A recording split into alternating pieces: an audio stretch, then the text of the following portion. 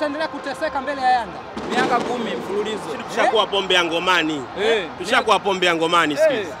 Kwa Yanga tumekuwa pombe ya ngomani. Watu wanakuja wanajinywa. Wao unachota kama uko Moshi unakunywa mbege tu, unachota kwenye pipa unakunywa.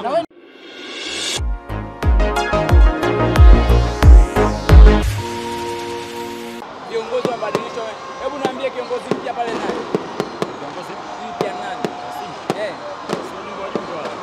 Wajumbe. Walikuwepo hawajakuwepo? Walikuwepo wapi? Anijibu swali, walikuwa kwenye huduma timu gani? Kwa hiyo Kiwale hamna kilichobadilika Simba. Sasa kama kiongozi ni yule yule katolewa chini kapanda juu, ina maana mwanzo alikuwa chini.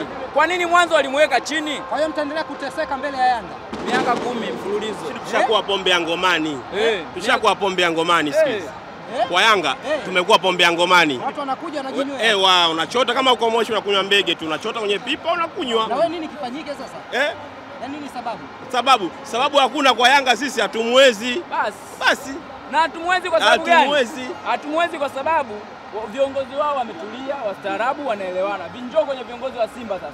Leo utasikia Mangungu hawamtaki. Niko hapa utaniambia, Mangungu atoke. Mangungu sasa hivi Mangungu yuko nanio pale. Mangungu akiongea kitu watu wakitoka hapo Mangungu aondoke. Sababu gani? Hatuna msimamo. Sio mashabiki, sio viongozi, msimamo ni hafu. Kwa sababu kama tuna msimamo sisi mashabiki na viongozi, tungesema bwana, viongozi huyu mtu hatumtaki, kiongozi huyu mtu haya, kachukuliwa fulani, kapandishwa juu. Kwa nini alikuwa chini? Kwa sababu uwezo wake wa mpira sio mzuri. Kachukuliwa huyu, kaongezwa hapa. Kachukuliwa bora at least wangeniambia wamemleta Babla ndo akamweka juu pale. Wamemleta mtu watu wengine nothing. Miaka 10 tutafungwa mfululizo, niko hapa. Bwana umeenjoy lakini bora.